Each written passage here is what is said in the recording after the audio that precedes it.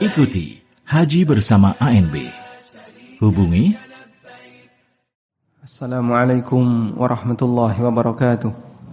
Innal hamdalillah nahmaduhu wa nasta'inuhu wa nastaghfiruh wa na'udzu billahi min shururi anfusina wa sayyiati a'malina. May yahdihillahu fala mudhillalah wa may yudlil fala hadiyalah. Wa ashhadu an la ilaha illallah wahdahu la syarikalah wa ashhadu anna Muhammadan abduhu wa rasuluh. Ya ayyuhalladzina amanu taqullaha haqqa tuqatih wa la tamutunna illa wa antum muslimun. Ya ayyuhan nasu taqu rabbakumul ladzi khalaqakum min nafsin wahidah wa khalaqa minha zawjaha wa batha minhuma rijalan katsiran wa nisaa'a wattaqullaha alladzi tasaaluna bihi wal arham innallaha kana 'alaikum raqiba. Ya ayyuhalladzina amanu taqullaha wa qulu qawlan sadida yuslih lakum a'malakum wa yaghfir lakum dhunubakum wa may yuti'illaha wa rasulahu faqad faza fawzan 'azima.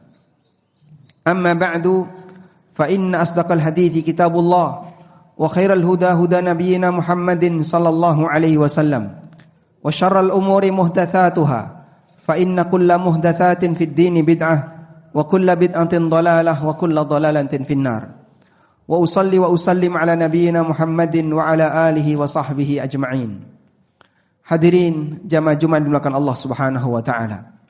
Dalam Al-Qur'an Allah Subhanahu wa taala banyak membuat permisalan agar manusia bisa mengambil pelajaran. Namun syarat untuk bisa mengambil pelajaran dari permisalan yang Allah sebutkan dalam Al-Qur'an, syaratnya dia harus orang yang berilmu. Allah Subhanahu wa taala mengatakan, "Wa tilkal amthalu nadribuha lin-nas wa ma ya'qiluha illa al-alimun." Demikianlah permisalan yang aku buat untuk manusia dan tidak ada orang yang bisa merenungkannya illa al-alimun kecuali orang yang berilmu. Sebagian di antara sahabat ketika mereka membaca ayat permisalan dan mereka tidak paham isinya, maka itu membuat mereka sedih karena berarti mereka tidak masuk dalam kategori orang yang berilmu sesuai dengan standar Al-Qur'an. Suasana semacam ini bisa jadi kita alami meskipun kita tidak merasa sedih dengan itu karena barangkali di antara kita kurang semangat dalam mempelajari Al-Qur'an. Selanjutnya hadirin bahkan Allah Ta'ala, Allah memberikan sebuah permisalan tentang fenomena adanya manusia yang takut untuk mendengarkan peringatan karena peringatan itu bertentangan dengan aktivitas dia sehari-hari. Kita melakukan berbagai macam kegiatan, baik kegiatan muamalah, kegiatan ibadah maupun yang lainnya. Dan terkadang dalam kegiatan itu jelas bertentangan dengan aturan Allah.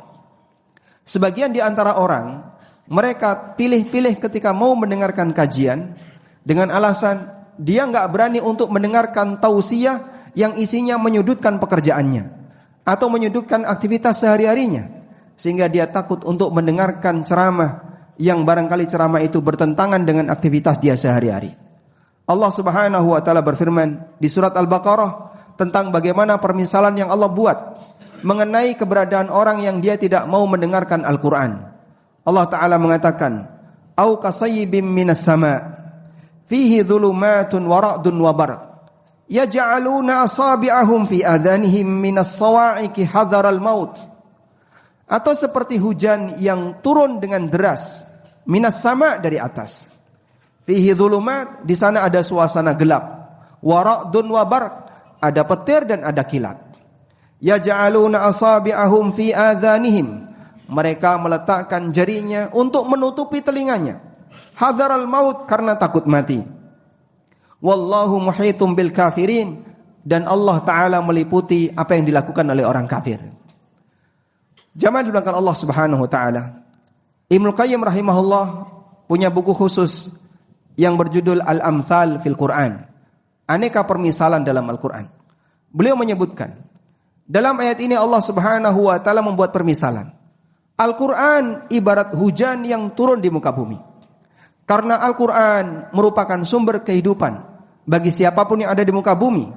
Karena itu Allah Subhanahu wa taala Allah menyebut Al-Quran dengan Ar-Ruh, sebagaimana yang Allah firmankan, wa kadzalika auhayna ilaika ruham min amrina. Demikianlah kami wahyukan kepadamu ya Muhammad ruh dari ketetapan kami. Sehingga Al-Qur'an seperti air hujan, sementara manusia, hati manusia yang menerima Al-Qur'an ibarat tanah. Allah membuat permisalan. Au kasayyibim minas sama, seperti air hujan deras yang turun dari langit. Fihi dzulumat, di sana ada suasana gelap. Yang dimaksud dengan suasana gelap, sebagian ahli tafsir mengatakan adalah keraguan yang dialami oleh orang munafik terhadap sebagian aturan Allah, sehingga mereka tidak percaya 100%. Wara'dun wa barq, dan di situ ada petir dan kilat. Yang dimaksud petir dan kilat adalah terkadang ada penjelasan Al-Qur'an ibarat bledek bagi orang yang mendengarnya. Sehingga dia ketika mendengarkan seolah-olah dia dimarahi oleh Al-Qur'an. Maka yaj'aluna asabi'ahum fi adhanihim, mereka menutup telinga mereka dan tidak mau mendengarkan seperti ini, menjauh dan tidak mau mendengarkannya. Mereka takut dengan keberadaan peringatan yang demikian keras yang disampaikan oleh Al-Qur'an. Ada yang beralasan, jangan hadiri kajian yang disampaikan oleh si A dan si B, dia terlalu keras. Apa salahnya ketika pendidikan itu terkadang sesekali disampaikan dengan kondisi keras ketika dibutuhkan. Padahal Nabi SAW dalam situasi beliau berdakwah tidak seragam. Memang terkadang beliau halus, terkadang beliau lembut. Tapi suatu saat kadang beliau menggunakan metode yang keras. Suatu ketika ada seorang sahabat yang memakai cincin dari emas. Kemudian dilihat oleh Rasulullah SAW. Didekati oleh Nabi SAW, lalu ditarik cincin itu, kemudian dibanting di hadapan sahabat itu, sambil beliau mengatakan, ya'midu ahadukum bi jamratin minan nar. Ada orang yang secara sengaja mau memegang bara api neraka di tangannya, sehingga beliau sampaikan dengan nada yang sangat keras. Walaupun terkadang Rasulullah SAW juga menyampaikan dengan nada lemah lembut, karena masing-masing situasi berbeda, sehingga yang namanya dakwah disampaikan sesuai dengan posisinya. Dan kalau kita lihat, Al-Quran juga ternyata demikian. Kadang Al-Quran menyampaikan sebuah pesan yang bagi orang mendengarnya seperti petir bagi dia, sehingga orangnya tidak mau mendengarkan. Maka demikianlah kondisi dakwah jamaah.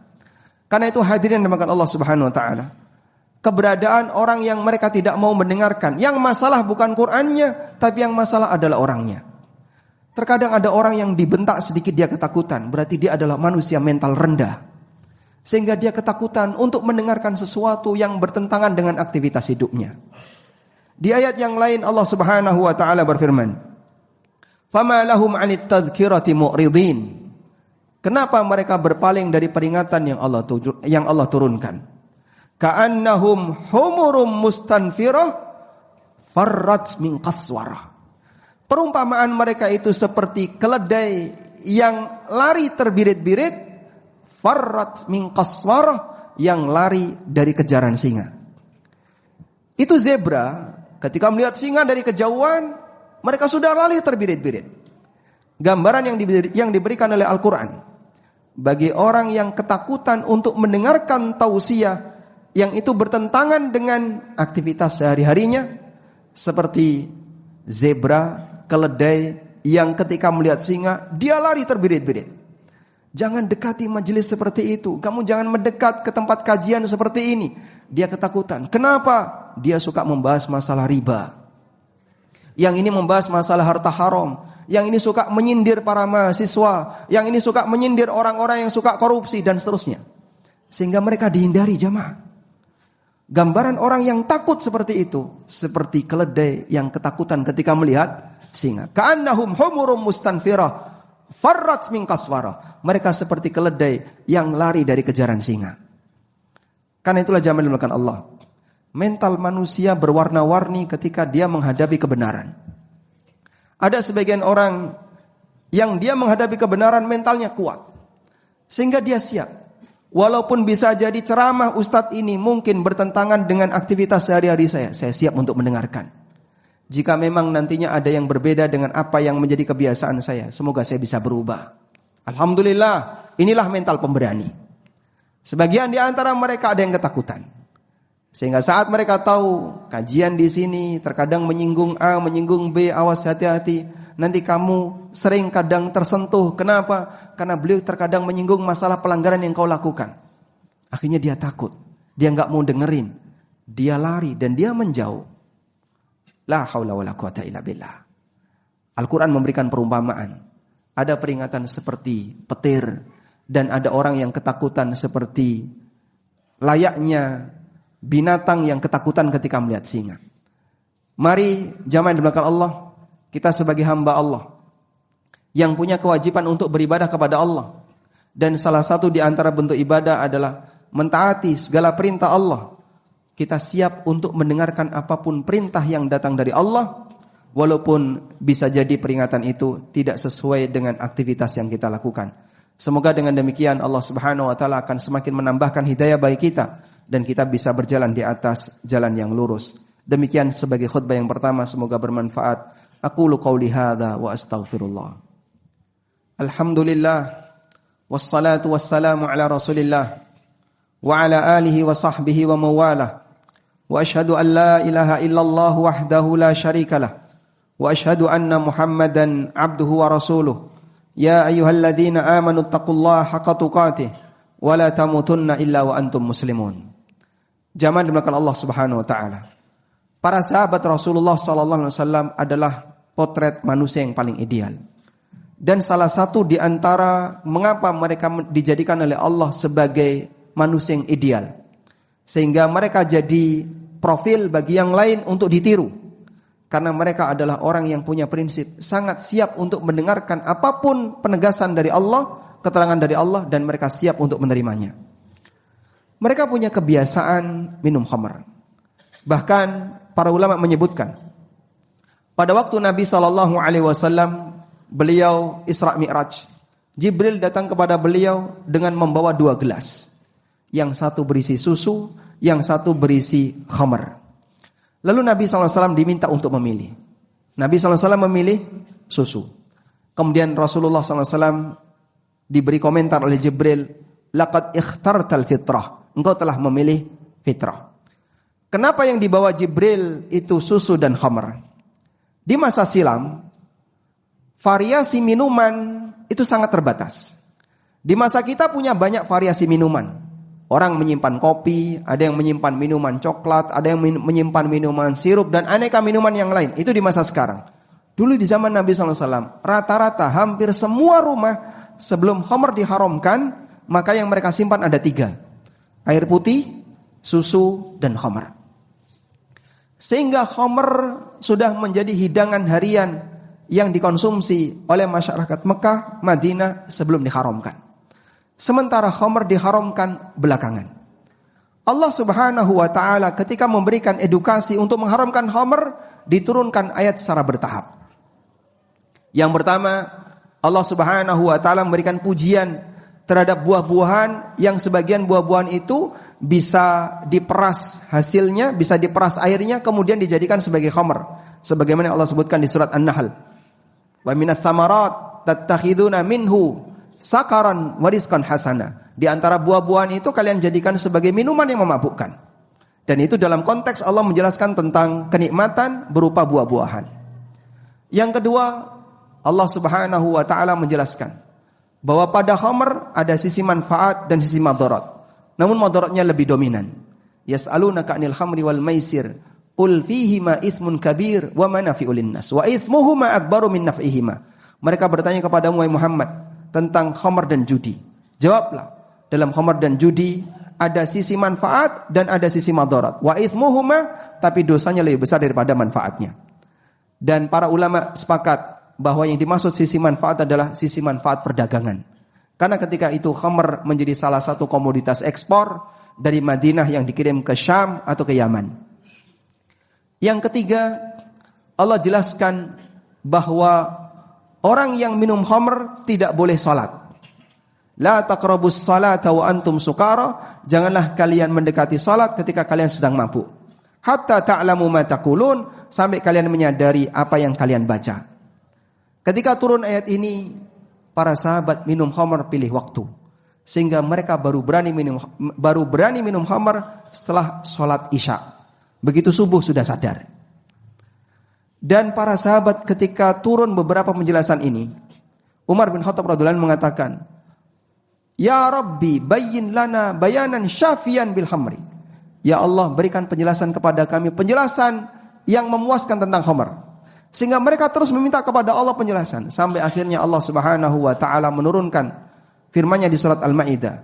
Innamal khamru wal maisiru wal ansabu wal azlam rijsun min amali syaitan fajtanibuhu la'allakum tuflihun. Sesungguhnya khamr dan judi dan turunannya, ada ansab, berhala dan azlam, semuanya adalah rijs, perbuatan najis, praktek setan. Fajtanibuhu, maka jauhilah, la'allakum tuflihun, agar kalian beruntung.